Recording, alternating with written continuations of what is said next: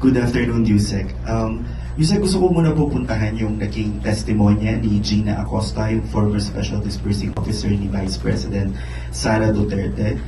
During the impeachment trial, nagkaroon po ng exchange si Acosta and si Senator Judge Amy Marcos kung saan po sinabi niya or she clarified whether Vice President Sara Duterte personally handled or took any of the confidential funds na dinisburse niya or katabi niya daw ba si Vice President Duterte habang ginagawa niya yung mga report or dokumento regarding this funds. But sabi po ni Acosta, she never saw the Vice President take or keep any of the money. Siguro po, in this kind of exchange, how does the palace view ito pong line of questioning ni Senator Amy? Karapatan naman yan po magtanong bilang judge, pero makikita niyo po kung saan papunta yung kanyang tanong. Unang-una ay nais niyang malusot ang Vice Presidente sa mga akusasyon tungkol sa paggasta ng confidential funds. Dahil sa mga tanong niya, pinapakita niya na ito'y hindi nahawakan physically yung pera at hindi daw kasama sa paggawa ng mga dokumento. Pero tandaan po natin, mismo ang witness ay umamin na ang nagputos na ibigay ang confidential fund, buo ay 125 million ay utos ng Vice Presidente sa kanyang security officer na si Colonel Lachica. Pagdating sa OVP. So, ang ibig sabihin nito, ang may command, ang may control, ay walang iba, kundi si VP Sara. So, hindi kailangang makita ng SDO personally kung nahawakan physically yung pera. Hindi naman kailangan hawakan ng pera para magastos. Pwedeng iutos lamang ito. At muli, makikita dito ang control, ang command ay nanggagaling sa Vice Presidente at yun mismo ang inamin ni SDO or rather ex-SDO ng OVP na si Gina Acosta. Hindi siya nagpatumpik-tumpik na aminin na ang lahat ng nag-utos nito ay walang iba kundi si Vice Presidente. So para po sa palasyo, na-establish talaga yung accountability ni Vice President Duterte pagdating dito sa paggasta ng confidential funds. And I just want to go to this particular answer ni Acosta na naging paulit-ulit recurring during the trial. Yung nag-rely siya kay Colonel Lachica, siya pong nag-implement sa ground at wala siyang kinalaman doon. And all the information, according to Lachica, ay confidential kaya hindi niya na-relay kay Acosta. Is there a need to further investigate Lachica's role in the implementation of confidential funds? Kasi sabi naman po ng AFP today ay hindi na po sila, tinigil nila yung investigation sa AFP part pero pinapaubayan na nila sa ombudsman itong kay Lachica. Okay, nararapat din naman na ito ay maimbestigahan ng ombudsman. Ang ibig na sabihin nito ay hindi naman disumuko ang AFP, pero mas maganda na yung neutral na ahensya ang siya mag-imbestiga para malaman kung mayroong bang kasalanan, pakikipagsabuatan para magastos itong confidential funds. At ang sabi niya ay, again yung kay Acosta, sabi niya po, nag-rely paulit-ulit na nag-rely kay Colonel Okay. Lachica. Dito ay makikita ng sabayan ng Pilipino kung paano naging bigahon ang sagot ng witness. Paulit-ulit, kahit sa ang daling talong, doon pa rin at doon at iikot ang sagot niya. So, yun lang ang kailangan niya sagutin. The rest, pag hindi niya na alam, sasabihin niya hindi niya naiintindihan or hindi niya alam. Pero lumalabas pa rin na totoo dahil itinuro niya pa rin si VP Sara at saka si Colonel Lachica. So, makikita dito na ang kinuwang SDO, since at the time na Mayor, di umano, si Vice Presidente, lumalabas na since then, yung SDO niya ay hindi marunong mag-liquidate. Mukhang since then, at the time na Mayor siya na marami naman natanggap na confidential fund, ay hindi nag-liquidate ng naaayon sa rules.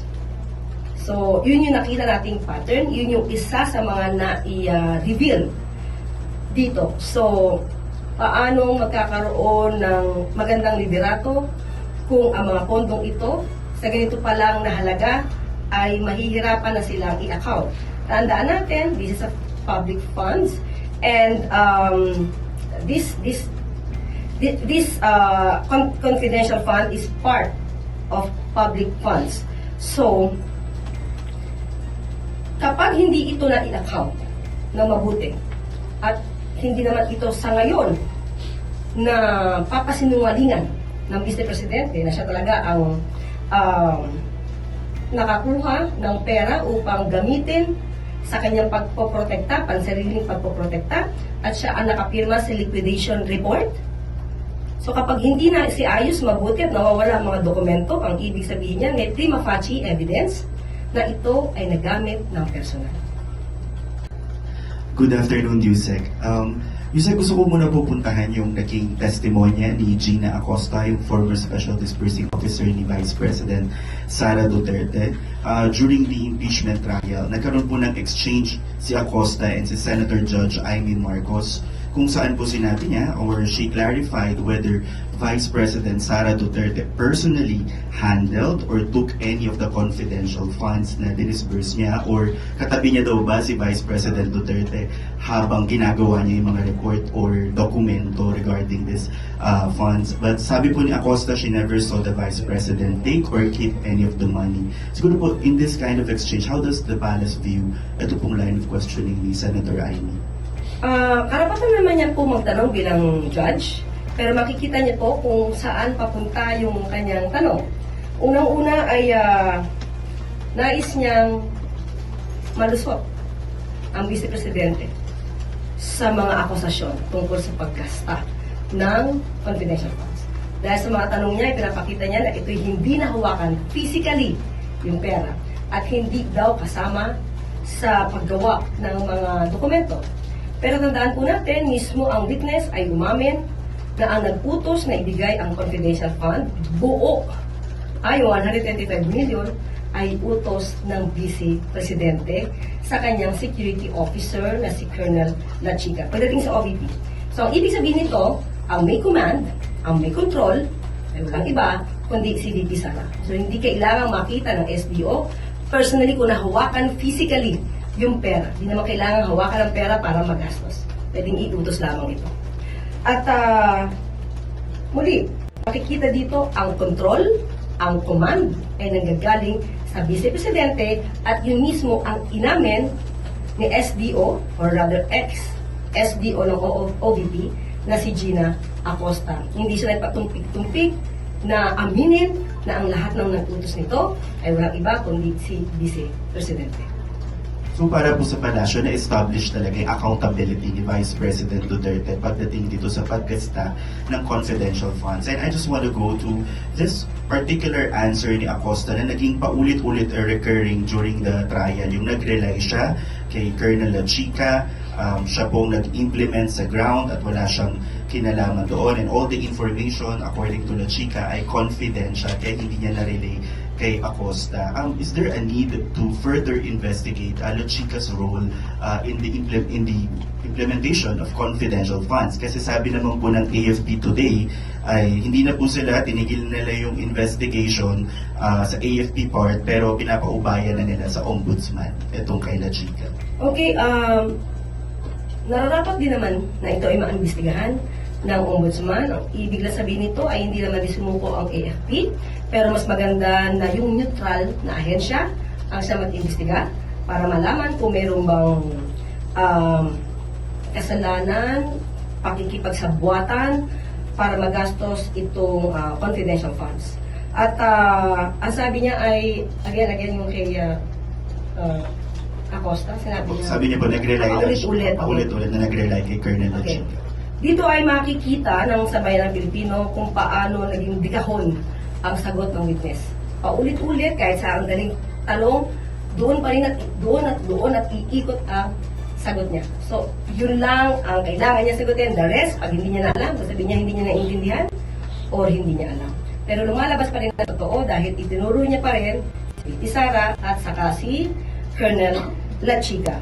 So, makikita dito na ang kinuhang SDO, since at the time na mayor, di umano, si Vice Presidente, lumalabas na since then, yung SDO niya ay hindi marunong mag-liquidate. Mukhang since then, at the time na mayor siya na marami naman natanggap na confidential fund, ay hindi nag-liquidate ng naaayon sa rules. So, yun yung nakita nating pattern, yun yung isa sa mga na-reveal dito. So, paano magkakaroon ng magandang liderato kung ang mga pondong ito sa ganito pa lang na halaga ay mahihirapan na silang i-account. Tandaan natin, this is a public funds and this confidential fund is part of public funds. So, kapag hindi ito na i-account na mabuti at hindi naman ito sa ngayon na papasinungalingan ng Vice Presidente na siya talaga ang nakakuha ng pera upang gamitin sa kanyang pagpoprotekta, pansariling pagpoprotekta, at siya ang nakapirma sa liquidation report. So kapag hindi na si ayos mabuti at nawawala ang mga dokumento, ang ibig sabihin niya may prima facie evidence na ito ay nagamit ng personal.